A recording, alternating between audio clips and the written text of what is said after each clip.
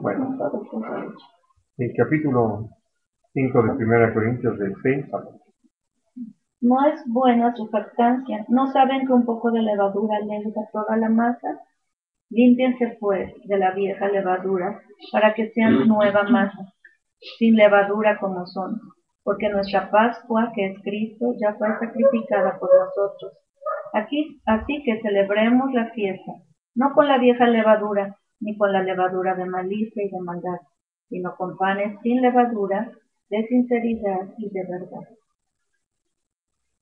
Y creo que ya ustedes más o menos recuerdan el mensaje de este capítulo, es decir, a qué obedece, a cómo la carnalidad a la que se había entregado la iglesia de Corinto había dado lugar a que pues vieran como cualquier cosa o sin mayor trascendencia el pecado de este hombre que estaba fornicando de una manera escandalosa. Y entonces por eso lo que dice el apóstol, no es bueno su jactancia. Es decir, algunos han de haber hasta dicho que era cuestión de criterio, como algunos quieren manejarlo, mencionando que ya somos de una mente tan abierta que por eso podemos sobrellevar todas las cosas y no nos espanta. Pero la verdad es que cuando nosotros conocemos al Señor y reconocemos la forma en que el Señor ve y habla de todas estas cosas, pues evidentemente no es que nos escandalicemos, sino que sabemos a ciencia cierta que al Señor le desagrada esta forma de actuar, este pecado en nuestra cultura. Y entonces, hablando de cómo estaban tolerando a este hombre, el Señor se nos dice, no saben que un poco de levadura leuda toda la masa. ¿A qué se refiere? Pues a cómo es que un mal ejemplo tolerado pues se convierte prácticamente casi en una invitación para que otros tengan una excusa para practicar el mal.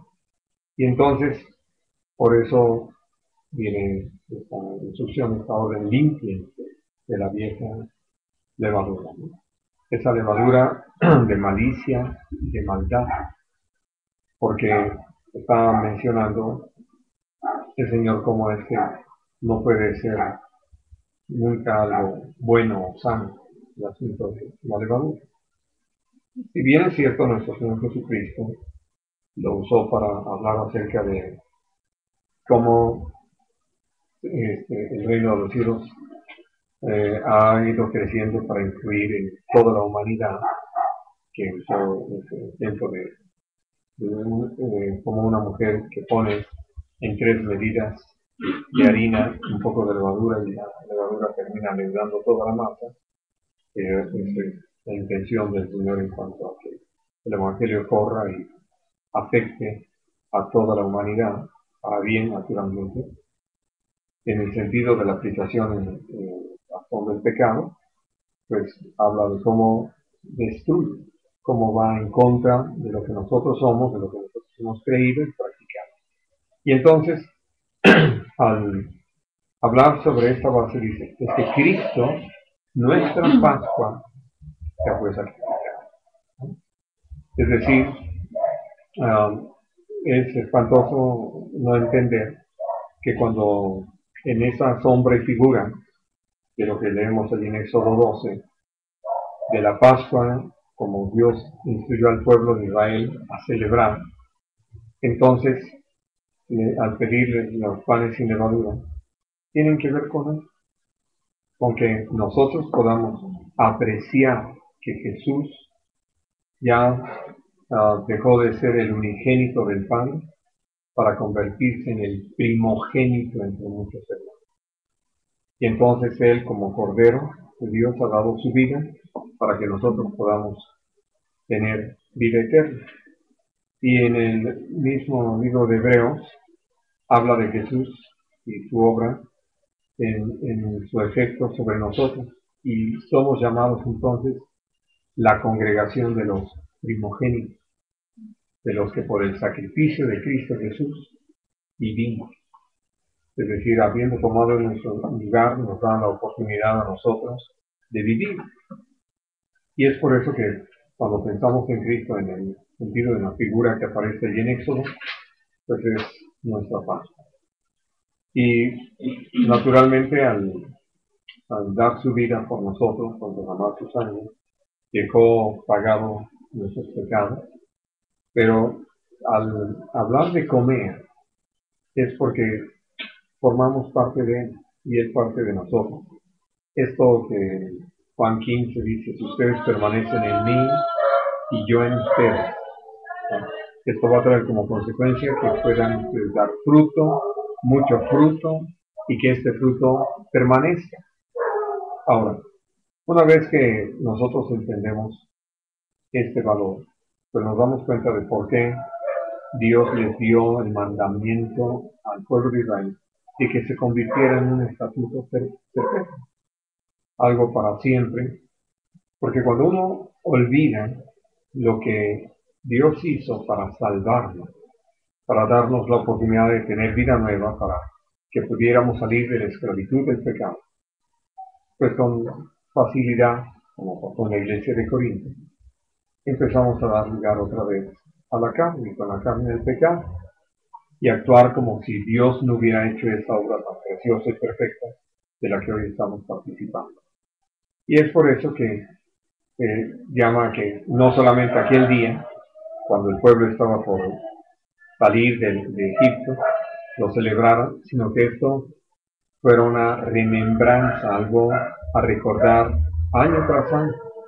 Y lo más importante, puedo decirles que nunca he tenido la curiosidad de investigar cómo manejaban los años, es decir, dónde era su principio, dónde era su final.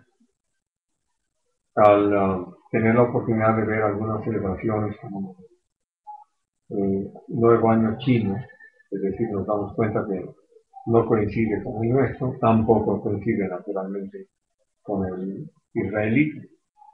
Y digo esto porque cuando el Señor les da esta instrucción, les dice, este mes se va a convertir para ustedes en el principio de los meses del año.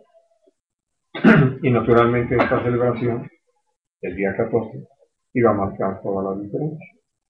¿Por qué? Porque en ese mes ellos eran liberados. Y ellos salían de la esclavitud con toda la esperanza de poseer la tierra prometida. Y naturalmente tenían que hacer todo el recorrido para llegar hasta ahí. Pero al hablar acerca de esta pauta, lo importante es entender cómo se convertía en una base. ¿Qué había habido antes? ¿Qué cosas hubieran podido señalar? Lo que les voy a decir es solamente un ejemplo. No lo voy a anotar como parte de mi investigación. Pero que antes hubieran estado recordando cuando nació Abraham, cuando nació Isaac, cuando nació Jacob, por hablar de los patriarcas y hablar de cada uno de los 12, ya para obtener valores nacionales. Pues todo lo que hayan tenido prácticamente cambia. Allí necesitan verlo en la perspectiva de lo que Dios estaba haciendo de ellos. Y es por eso que para nosotros viene a ser tan importante entender que cuando el Señor nos alcanzó, nosotros nacimos de nuevo. Y para decirlo pues, en razón de lo que estamos celebrando hoy, aquí con Ruth, pues estamos recordando cuando nació físicamente. Pero ya a medio año recordamos cuando ella nació espiritualmente, porque nació el 4 de julio. Digo, coincidentemente, ese día fue cuando ella entregó su vida al Señor. Fue cuando se independizó del pecado. Bueno, y hablando de esto, uno entiende que al pedirnos al Señor que lo tengamos presente, es porque nosotros si tenemos en cuenta lo que Dios ha hecho por nosotros, todo lo que ha rodeado esa situación, entonces sin duda vamos a poder seguir valorando todas las cosas en razón de ello. Por una situación muy importante o básica. Me acuerdo que la primera vez que fui llevado a reflexionar sobre lo que les voy a compartir, alguien me dijo, ¿dónde estarías si tu abuelo hubiera muerto como niño? Y dije, ¿por qué hacen preguntas tan difíciles? Bueno, pero después de pensar, no, simplemente no estaría. Bueno, y quien lo estaba compartiendo lo hizo para llevarnos a considerar lo que nosotros hoy podemos vivir, por cuanto nuestro Señor Jesucristo no murió siendo niño, sino murió cuando podía ya entregar su vida por nosotros y darnos vida a nosotros. Y entonces dice que todo lo que nosotros ahora vivimos, por la gracia de Dios, todo lo vivimos por Él, por la gracia de Dios. Porque si el Señor no nos hubiera alcanzado, como lo dice un canto, ¿a dónde estaría yo? ¿Qué sería de mí? Y una de las cosas que uno puede reconocer es que probablemente ni físicamente viviría por la forma en que uno vivía fuera del conocimiento del Señor. Bueno, ahora, al poder entonces recordar que el Señor les pide que tengan esto presente, nos damos cuenta que en la iglesia el Señor nos ha dado algo similar, y es la cena del Señor. ¿Por qué? Porque es a través de la cena del Señor que nosotros recordamos la muerte de nuestro Señor Jesucristo, nuestra Pascua, que ya fue sacrificado y por medio del cual nosotros tenemos salvación y que tenemos esperanza de vida eterna. Muy bien, ahora, volviendo a Éxodo, hay una figura más que está, podemos decir, iniciada ahí, pero que finalmente tiene que ver con un trabajo de todo el tiempo, hablando de el sacerdocio. Vamos al capítulo 28.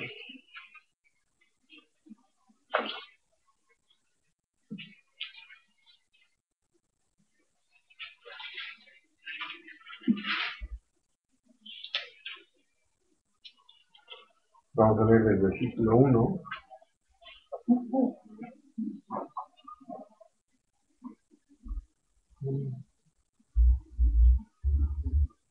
Bueno, vamos ahorita solamente el versículo 1. Sí.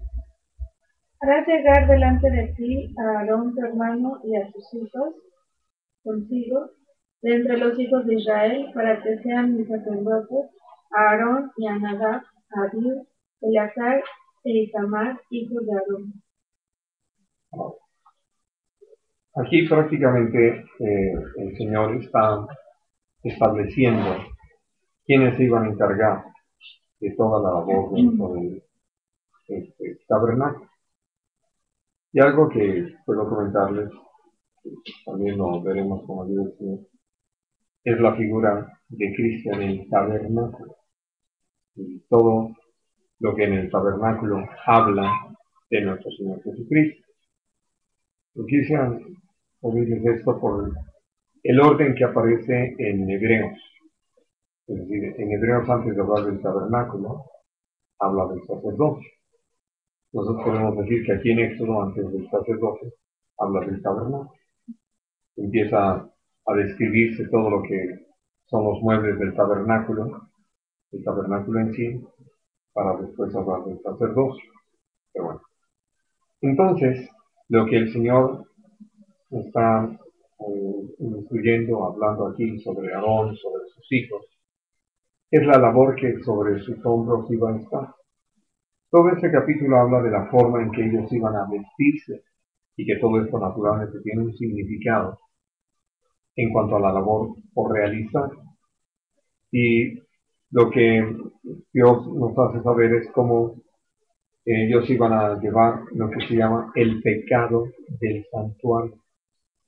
En otras palabras, ellos, a diferencia del pueblo, que el pueblo iba a venir, o así lo practicaron, para llegar hasta el altar y traer sus ofrendas y traer sus sacrificios, y prácticamente lo que tenían que cuidar era, en primer lugar, de nunca llegar con las manos vacías. En segundo lugar, llegar con un corazón dispuesto. En tercer lugar, traer animales de acuerdo a lo que Dios instituyó posteriormente a esto que estamos leyendo, de todas las características que los animales debían tener y de acuerdo a lo que iban a ofrecer. Fuera un holocausto, una ofrenda de paces, una de gratitud, o una ofrenda por el pecado, una ofrenda por la culpa. Dependiendo de eso era la vida. Pero todo esto, el pueblo llegaban y prácticamente lo ponían ahí. Pero los sacerdotes tenían toda la responsabilidad, en primer lugar, de haber instruido al pueblo sobre lo que tenía el pueblo que hacer, todo lo que Dios había dado, instruirlo sobre la ley y su aplicación. Y una vez que estaban en el tabernáculo, ahora sí que en lo práctico, ellos eran los encargados de sacrificar a los animales y tenían que obedecer a todo un procedimiento, que era derramar la sangre de los animales al pie del altar. Y entonces, dependiendo también de lo que el animal era presentado para, pues lo quemaban del todo, o quemaban alguna parte, ¿no? Algunas cosas las retiraban para quemarlas fuera del campamento, en fin, había toda una instrucción de parte de Dios. Y de eso, solo los sacerdotes eran responsables. Hablando ya de una vez que los sacrificios eran ofrecidos, había otra tarea que ellos tenían, que era hacer el incienso y la grosura. Y entonces, para esto, ya había que ingresar al santuario. Tenían que hacerlo bajo ciertas condiciones, o de otra manera simplemente morir. Al estar ya en el santuario, ellos eran responsables de introducir también los panes para la mesa de la proposición, y el sumo sacerdote únicamente y una vez al año, y digo únicamente el sumo sacerdote, entraban hasta el lugar santísimo para ofrecer la sangre que se había recogido del sacrificio de Jesús.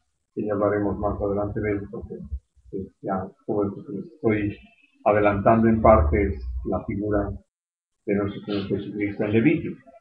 Pero todo esto era responsabilidad de los sacerdotes, y naturalmente sobre el que prestaba la mayor responsabilidad el sumo sacerdote. Y entonces, al hablar acerca del pecado del santuario, es que ellos eran los primeros llamados a hacer toda esta labor en completo temor de Dios, y sin olvidarse que estaban para hacer una doble función, porque estando delante de Dios, hablaban a favor del pueblo, o imploraban por el pueblo. Estando delante del pueblo, hablaban a favor de Dios, dando a conocer la voluntad de Dios. Y entonces, esa era su responsabilidad. Para decirlo de alguna manera, el que ellos fueran fieles iba a representar en que iban a ser de parte de Dios en las instrucciones dadas al pueblo, recompensar. Y una de sus recompensas era no tener herencia en medio del pueblo, sino que su herencia el Señor. Pero ya con esto, con esta visión, como que bien esto lo llamamos ahora sí hasta Hebreos,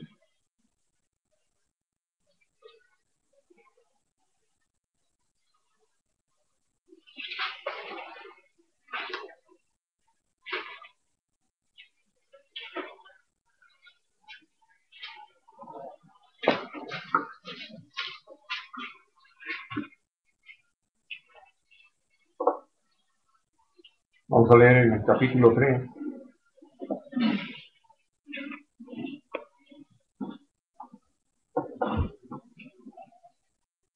los primeros 2 versículos.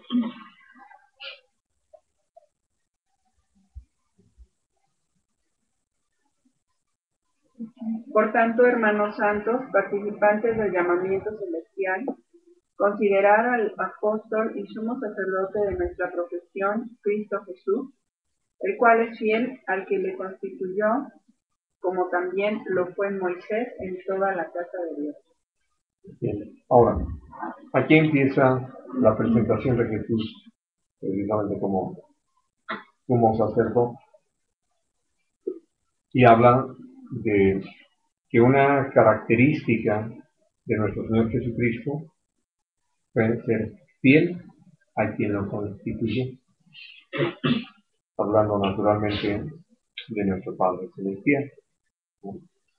Y nos dice, así como lo fue Moisés en toda la casa de Dios.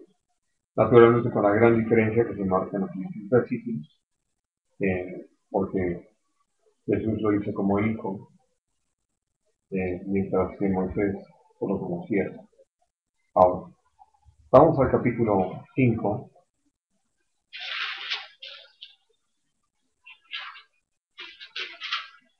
Bueno, perdón, desde el 4, 14, hasta el 5, 6, 14. Por tanto, teniendo un gran sumo sacerdote que traspasó los cielos, Jesús, el Hijo de Dios, retengamos nuestra profesión, porque no tenemos un sumo sacerdote que no pueda compadecerse de nuestras debilidades, sino uno que fue tentado en todo según nuestra semejanza, pero sin pecado. Acerquémonos, pues, confiadamente al trono de la gracia, para alcanzar misericordia y hallar gracia para el oportuno socorro. Porque todo sumo sacerdote, tomado de entre los hombres, es constituido a favor de los hombres en lo que a Dios se refiere, para que presente ofrendas y sacrificios por los pecados, para que se muestre paciente con los ignorantes y extraviados, puesto que él también está rodeado de debilidad, y por causa de ella debe ofrecer por los pecados, tanto por sí mismo como también por el pueblo. Y nadie toma para sí esta honra, sino el que es llamado por Dios, como lo fue Aarón. Así tampoco Cristo se glorificó a sí mismo, haciéndose sumo sacerdote, sino el que le dijo, tú eres mi hijo, yo te he engendrado hoy. Como también dice en otro lugar, tú eres sacerdote para siempre, según el orden de Melquisedec. Ahora, aquí, al hablar acerca de nuestro Señor Jesucristo en este papel que él ha desempeñado como sumo sacerdote, en primer lugar, lo que Dios nos hace saber es la actitud de Jesús para con nosotros. Como lo dice en el capítulo 5, hablando en general de la gente que tuvo la responsabilidad de ejercer esta función de sumo sacerdote, que estaban para ser pacientes con los ignorantes y extraviados, en el reconocimiento de que ellos también estaban rodeados de debilidad. Y entonces, hablando de que nuestro Señor Jesucristo deja un ejemplo muy claro de que lo que Dios le pidió desde el principio al sumo sacerdote, y naturalmente como él a los sacerdotes, que su papel era tener esa actitud de paciencia para con el pueblo, porque evidentemente la gente iba a venir con todos sus problemas, con todas sus necesidades, arrastrando su ignorancia y con visible debilidad, en fin, y que lo más fácil sería eliminar, es decir, hasta ser cortantes, groseros, y sentirse justificados para maltratarnos y desecharnos. Pero, hablando de nuestro Señor Jesucristo, dice que Él se puede compadecer de nosotros, porque habiendo sido tentado en toda nuestra semejanza, no cometió pecado, pero sabe, lo vivió como hombre, lo que es ser tentado. Y entonces, por eso somos llamados nosotros a apreciar este papel que nuestro Señor Jesucristo tiene, porque como dice, un sumo sacerdote es constituido a favor de los hombres en lo que Dios se refiere, para presentar esas ofrendas y sacrificios.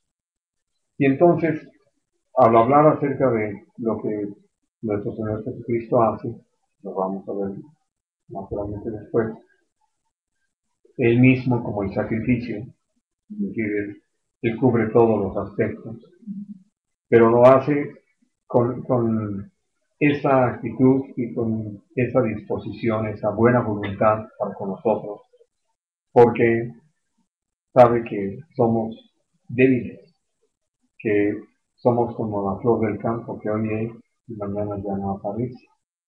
Dios tiene presente cuál es nuestra condición, Jesús, naturalmente, en su papel de intercesor. Y entonces, al hablar acerca de este papel de nuestro Señor Jesucristo, comparado naturalmente con el sacerdocio arónico, el rey es superior, incomparablemente superior, porque hablando de que los sacerdotes, el sumo sacerdote en turno, siempre necesitó ofrecer primero pecados, los sacrificios por sus propios pecados, para después poderse perdonar. Pero aquí, en este capítulo, se introduce algo que aparece en el libro de los Salmos, de esta promesa dada por nuestro Padre Celestial a nuestro Señor Jesucristo. Tú eres sacerdote para siempre, según el orden de Melquisedec. ¿A dónde nos lleva esta palabra? A Génesis. Y vamos a recordar esta situación en Génesis.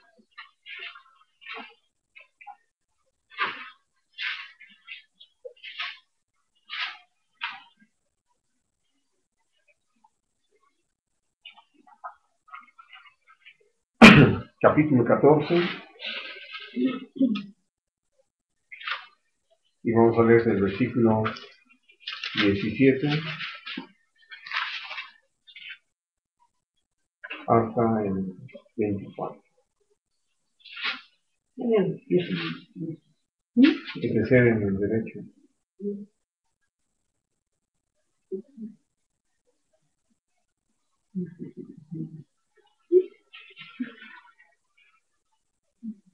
Cuando volvía de la derrota de Kedorlaomer y de los reyes que con él estaban, salió el rey de Sodoma a recibirlo al valle de Salem, que es el valle del rey. Entonces Melquisedec, rey de Salem y sacerdote del Dios Altísimo, sacó pan y vino y le bendijo diciendo: Bendito sea Abraham, el Dios Altísimo, creador de los cielos y de la tierra, y bendito sea el Dios Altísimo, que entregó sus enemigos en su mano y le dio a Abraham los bienes de todo. Entonces Hasta el final de esto. entonces el rey de Sodoma dijo a Abraham: Dame a las personas y toma para ti el bien. Y respondió Abraham al rey de Sodoma: He alzado mi mano al Dios, al Señor Dios Altísimo, creador de los cielos y de la tierra, que desde un hilo hasta un cordel de calzado y una correa de calzado, nada tomaré de todo lo que es tuyo, para que no digan: yo enriquecí a Abraham, excepto solamente lo que comieron los jóvenes y la parte de los varones que fueron conmigo, Aner, Escol y Mamre, los cuales tomarán su parte. Muy bien. Ahora, aquí es donde aparece esta figura y en el contexto, en la situación, donde vemos que Abraham había ido a rescatar a Lot, lo había hecho con personas que no eran soldados, eran vivientes, y lo habían acompañado estos tres amorreos, Aner, Escol y Mamre. Y Dios le había dado la victoria. Entonces él regresa, el primero que le sale a su encuentro es el rey de Sodoma, y lo hace en este lugar, que es el Valle del Rey. Pero ahí también aparece Melquisedec, el que, ahora sí, sabemos de él aquí en Génesis, y en el resto de la historia de Abraham nunca se vuelve a mencionar. Hasta que Dios inspira a David a escribir ese salmo donde Dios lo que me inspira es la promesa que se da de parte de nuestro Padre a nuestro Señor Jesucristo, y punto, ¿no? Y vuelve a aparecer naturalmente hasta el Nuevo Testamento, en este libro de Hebreos. Porque, como lo podemos ver en el capítulo 7 de Hebreos, todo lo que se conoce de él nos habla perfectamente de que no se trataba de otra persona más que de nuestro Señor Jesucristo, en esto que se ha denominado desde el punto de vista de la teología una de las teofanías de nuestro Señor Jesús, es decir, de la forma en que se presenta entre los hombres. Y la prueba de ello es que, en primer lugar, dice, no tiene principio de días ni fin, sin tener genealogía, no hay nada que nos permita ubicarlo como parte de la humanidad. No era otra cosa más que nuestro Señor Jesucristo estando delante de él. Ahora, ¿qué testimonio tiene Abraham? Tan claro que al entregar todo, darle todo al rey de Sodoma de lo que había recuperado, el botín que habían llevado los reyes que vinieron en su contra, él hubiera podido decir, ahí está todo y punto, y todo lo que me interesa es que Lot esté bien, ya lo recuperé, aquí ya está de regreso, pero él toma el diezmo de ese botín y se lo entrega a Melquisedec.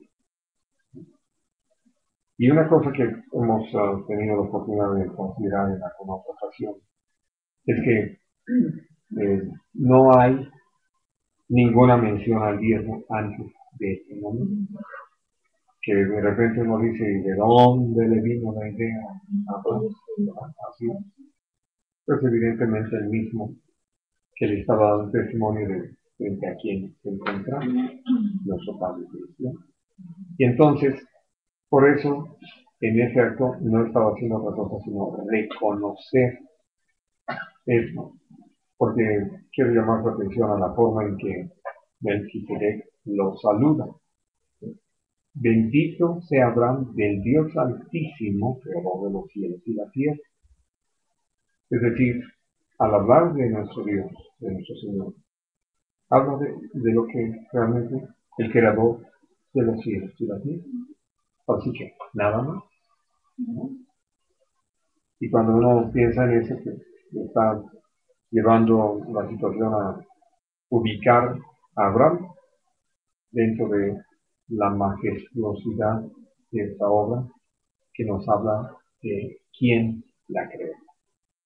Y entonces, por eso, al hablar en lo segundo, le dice, y bendito es el Dios Altísimo que entregó a su amigo Jesucristo. Con eso queda todo claro, todo establecido, y es por eso que con toda libertad en el entendimiento que recibe de parte de Dios, entrega el Dios.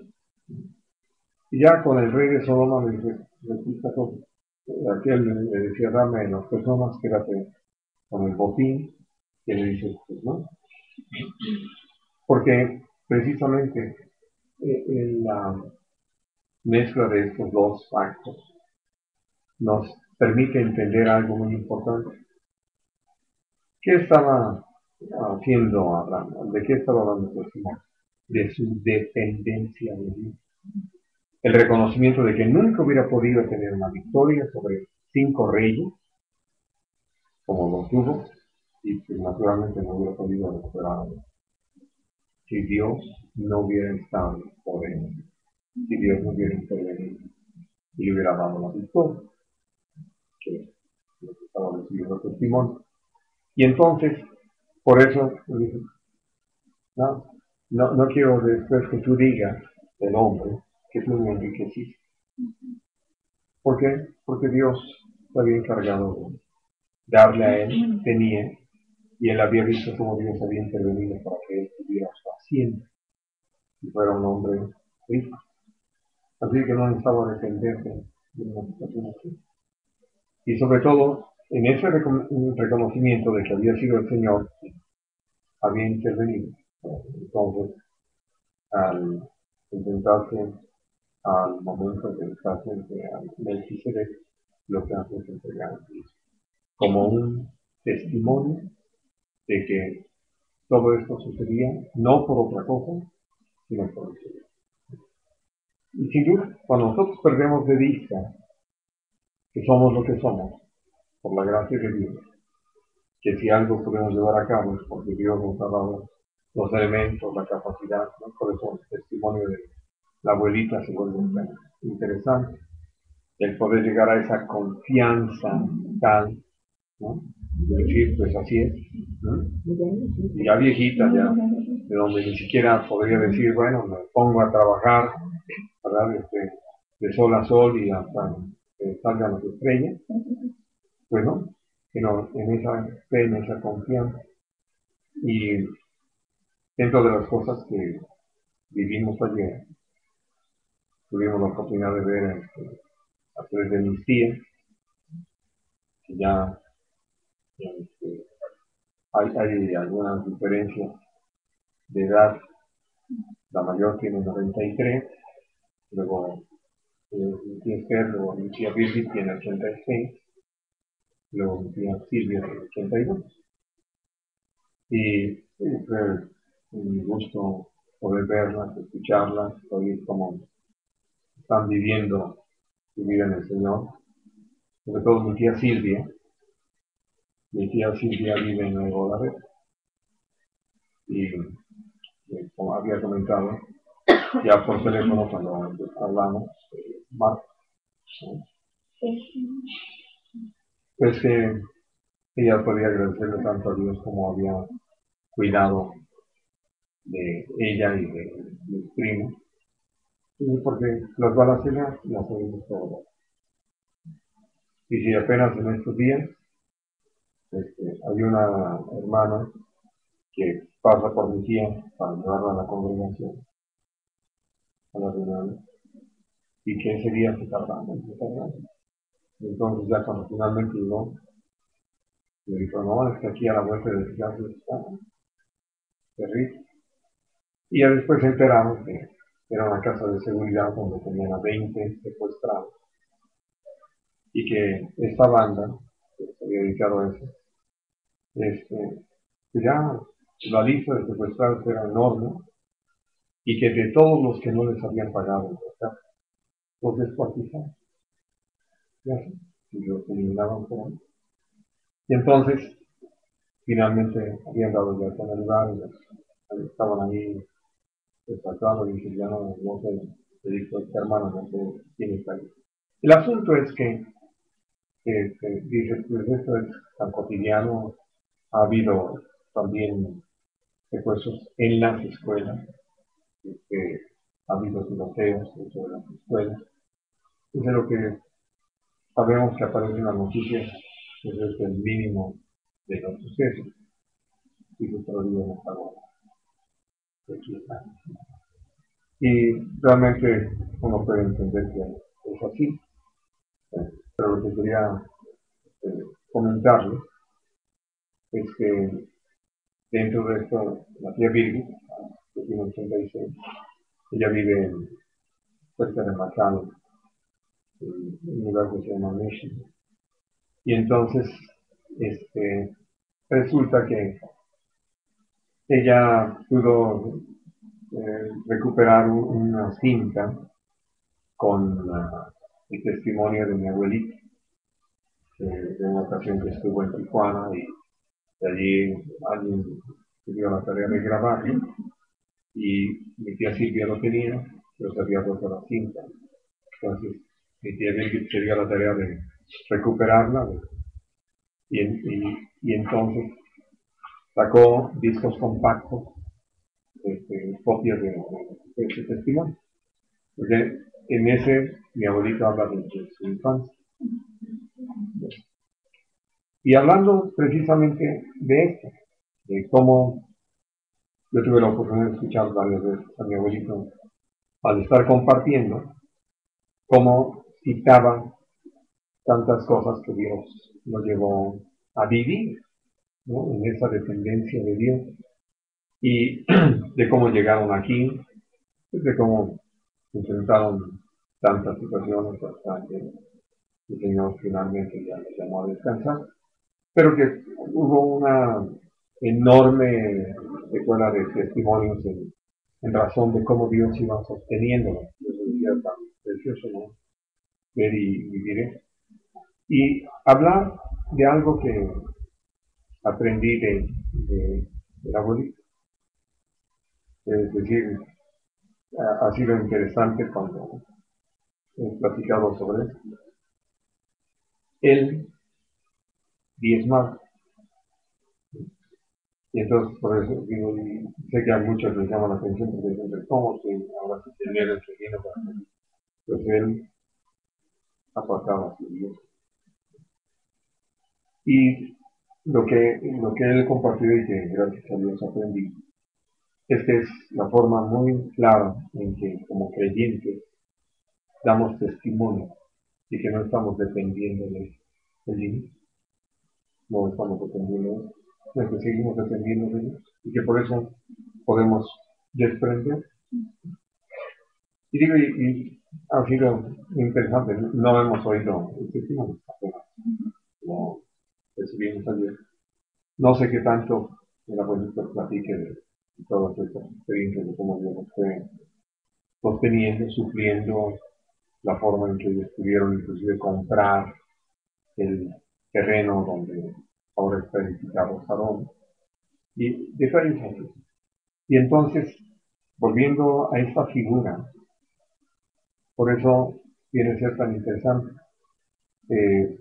Dice la palabra de Dios en el Hebreos que este Melquisedec, cuyo rey, cuyo nombre significa, en primer lugar, estoy leyendo en el capítulo 7 de Hebreos, en el versículo 2, dice, cuyo nombre significa primeramente Rey de Justicia y también Rey de Salem, esto es, Rey de Paz.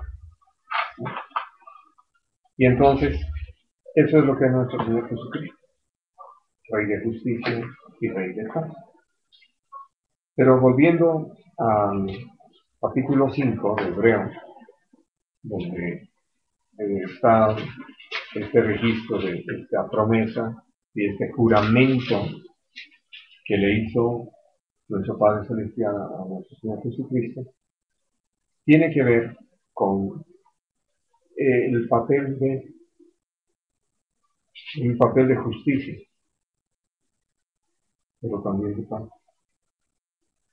Por eso se puede compadecer de nosotros, porque habiendo sido tentado, Él tuvo completa victoria sobre nosotros. Puede entonces llevarnos a tener esa completa victoria sobre el pecado y a vivir en la justicia pues por la fe en Él. Pero quiero pedirles que leamos del versículo 7 al versículo 10 en Hebreos 5. Y Cristo, en los días de su carne, ofreciendo ruegos y súplicas con gran clamor y lágrimas al que le podía librar de la muerte, fue oído a causa de su temor reverente. Y aunque era hijo, por lo que padeció, aprendió la obediencia. Y habiendo sido perfeccionado, vino a ser autor de eterna salvación para todos los que le obedecen. Y fue declarado por Dios sumo sacerdote según el orden de Melquisedec. Ahora, quiero comentarles que para nosotros creo que es muy importante atender a cómo nuestro Señor Jesucristo, en los días de su vida, ¿por qué ofrecía ruegos y súplicas? Pues porque sabía que el único que lo podía librar de la muerte era nuestro Padre Celestial. Pero siempre se presentó delante de nuestro Padre Celestial con una actitud de un temor reverente. Y dice la palabra que fue oída a causa de esa actitud. Que son cosas que sirven como todo un ejemplo para nosotros de cómo necesitamos hablar con nuestro Padre Celestial. Porque, como lo hemos escuchado recientemente en un par de casos, de gente que se siente en la libertad de reclamarle a Dios cosas que está viviendo y que entonces puede en un momento dado casi decirle al Señor, ¿por qué me metes en esto? ¿Por qué me haces esto? ¿Por qué me haces pasar por aquí? Y bueno, cuando uno oye estas cosas, uno dice, evidentemente todavía no han terminado de aprovechar su quebranto y por eso se atreven a hablar en determinados términos. Porque si bien es cierto, podemos llegar confiadamente hasta el trono del Señor, pues no deja de ser el Altísimo, el Creador de los cielos y la tierra, el Todopoderoso, el Señor de todas las cosas, que nos ha recibido como hijos. Y por eso Jesús dijo, no llegaba con nuestro Padre Celestial en una actitud diferente, sino de temor. Y dice algo que para nosotros es toda una bendición, ¿sabes? Por lo que padeció, aprendió la obediencia. Y algo que nos diría, que nos puede parecer tan extraño, pensando sobre todo en nuestro Señor Jesucristo, que pero eso ha sido tan importante como ya vamos a estudiar la semana pasada, de que realmente nuestro Señor Jesucristo vino como hombre y estaba aquí entre nosotros como hombre. Por eso Él necesitó crecer en gracia, en estatura y sabiduría delante de Dios y de los hombres, y naturalmente en obediencia. Para eso, todo lo que vinieron como padecimientos sobre su persona, trajeron este resultado, que pudiera ser perfeccionado, y habiendo sido perfeccionado, convertirse en autor de la eterna salvación para todos y cada uno de nosotros. Y entonces, por eso es que fue declarado sumo sacerdote según el orden de Melquisedec. Y antes de citarlo de Romanos 8, voy a pedirles que vayamos al capítulo 7, Hebreo. Y vamos a leer del versículo 26 al final.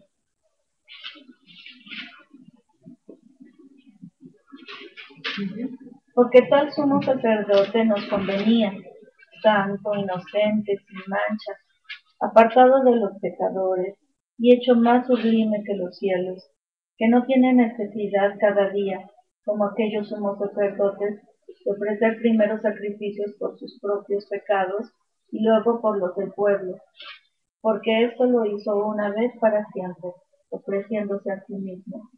Porque la ley constituye sumos sacerdotes a débiles hombres, pero la palabra del juramento, posterior a la ley, al Hijo, hecho perfecto para siempre.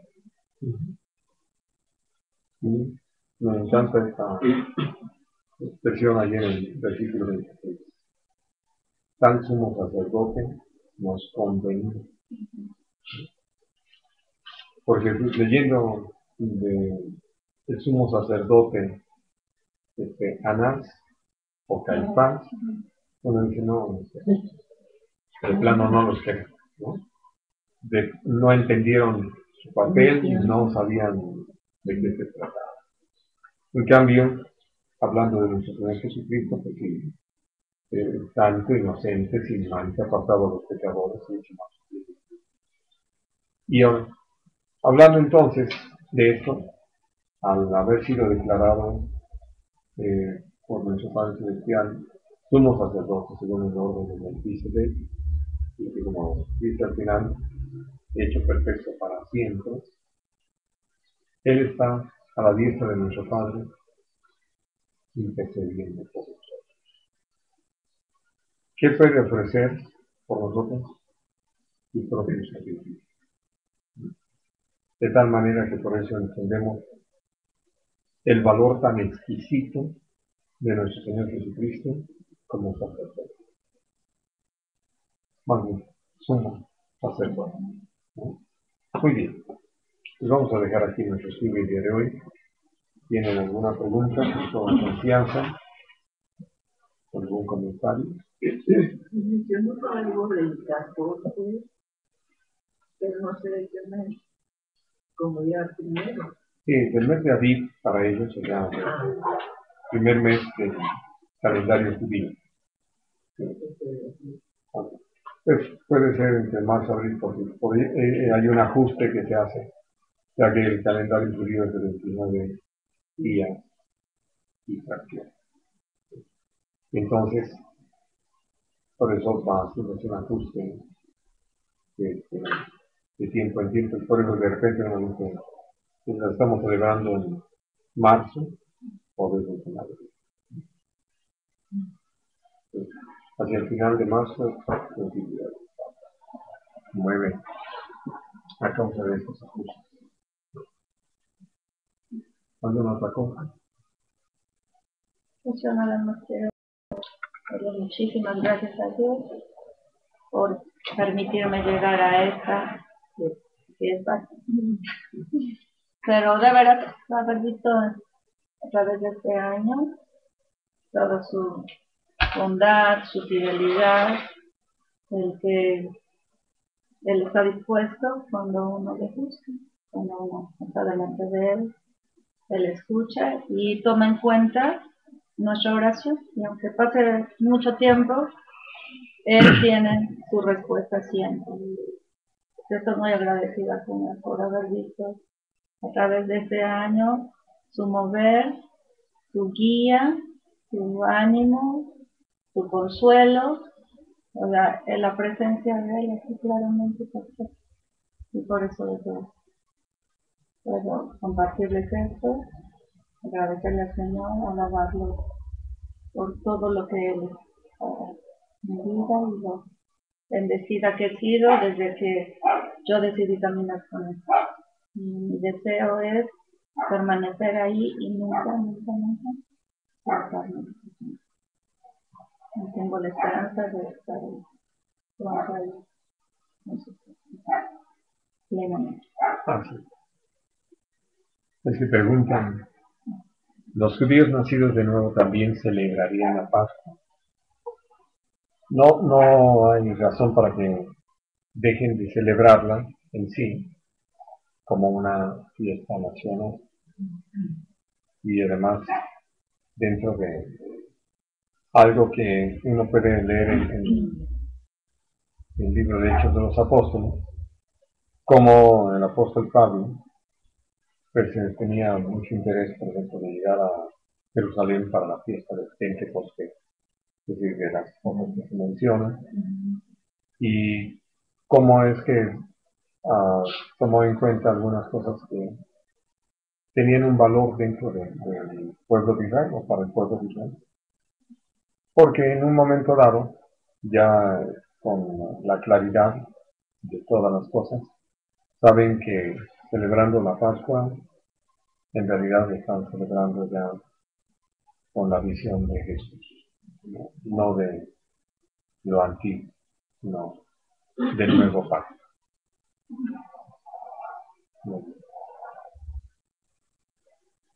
Y hablando de celebraciones también, me dieron un regalo que ha permanecido 36 años. El día de mi cumpleaños, de hace 36 años, fue nuestro matrimonio civil.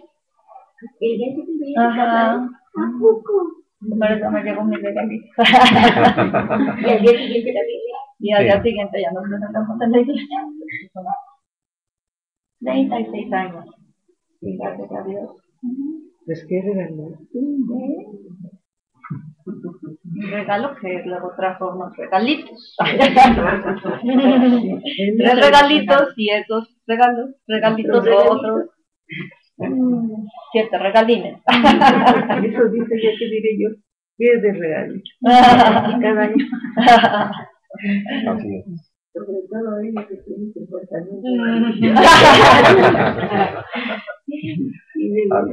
A ella le agradezco mucho de la vida medicinal y que una bendición, le agradezco a Dios que le ha guardado hasta hoy y la ha bendecido de esta manera y le veo guardando, sosteniendo y dando. Y yo también, estoy muy agradecido de ser su regalo. Y lo ha cuidado bien, ¿no es cierto? Ay, ¿Ha cuidado bien el regalo? Sí. gracias a Dios por la ayuda idónea que envió y que ha usado para el trabajo que finalmente nos ha encomendado y que por la gracia de él podemos cumplir. Y que anhelamos seguirlo haciendo hasta el fin. Muy bien. Bueno, ¿ninguna otra pregunta? ¿Ninguna otra cosa? Yo quiero dar gracias nomás porque ayer que fuimos a la quiniela, pues